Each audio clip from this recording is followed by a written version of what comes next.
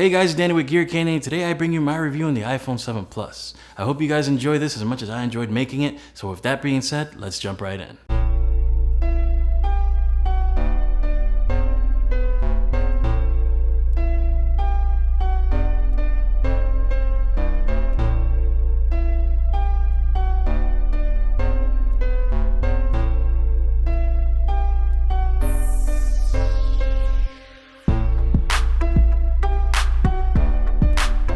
The iPhone 7 is now waterproof. It's got a rating of IP67, which means it can be submerged in 3 feet of water for up to 30 minutes. Big upgrade for the iPhone 7 Plus this year is the dual camera system. There's a wide and telephoto camera built into the phone. When you zoom into objects, it zooms with the telephoto, reducing the need for a digital zoom. Overall, the performance on the iPhone 7 is definitely better than the iPhone 6. I noticed zero lag whatsoever in my daily use with the phone, and opening apps is definitely a lot faster. We went ahead and ran a Geekbench for you guys so you can see that multi-core score. And for giggles, we went ahead and ran it up against the iPad Pro 12-inch just to see how well it would do. Apple has removed the home button, sort of. There is now a Taptic engine which provides haptic feedback simulating a button press. In my experience, this feels a little awkward when double pressing. The iPhone 7 Plus comes with a 2900 mAh battery. Its smaller brother, the iPhone 7, has a 1960 mAh battery.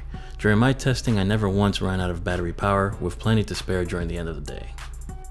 There are now 2 front-facing speakers, similar to what Apple has done with the iPad Pro. The speakers sound absolutely amazing. Apple has done a great job here.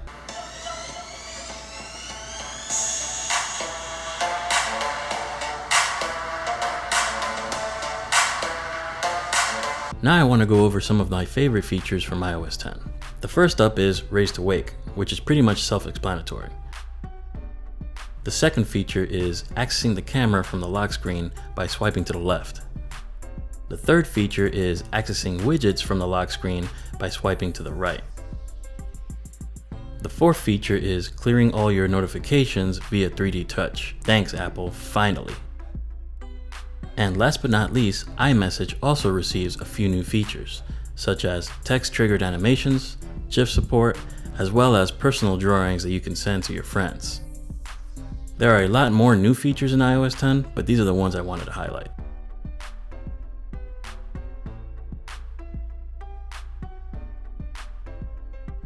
From the front, the iPhone 7 looks exactly like the iPhone 6. In my opinion, Apple could have stepped up and improved on this already dated design. The only way to tell the difference is when you flip it over. The iPhone 7 carries over the same 1080p LCD-based screen from the iPhone 6. Competitor phones are already on QHD OLED screens, which look a lot sharper and have much better contrast. It's a bit confusing because Apple decided to upgrade their camera, but they didn't give us a better screen to appreciate the sharper images. And then there's that headphone jack, or lack thereof I should say. I get where Apple wants to go with this, but there are still plenty of folks who prefer wired headphones and have heavy investments in the technology. If you decide to go with the matte black, just be aware that it is definitely a fingerprint magnet, as you can see from this demo. More than likely you will need a case regardless, but for those who like to go caseless, I would stay away from the matte black if fingerprints drive you crazy.